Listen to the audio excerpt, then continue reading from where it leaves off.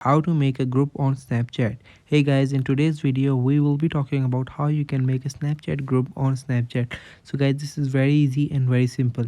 So yeah, let's get started. So right now I'm on my Snapchat account. You can see here what I'm gonna do is I'm just gonna go on this chat panel here. Right now I'm on the chat page. What I'm gonna do next is I'm gonna click on these three dots here. You can see here. Now what I'm gonna do next is I'm gonna go in new chat from here, and now you can see the top option. You can see new group. Now I can I have clicked on new group. Now they're asking me to add the members, so I can name the group. I can add members, so you can see these are two members. So chat with group, and you can rate the name. You can also add whatever you want to, whomever you want to add in your group.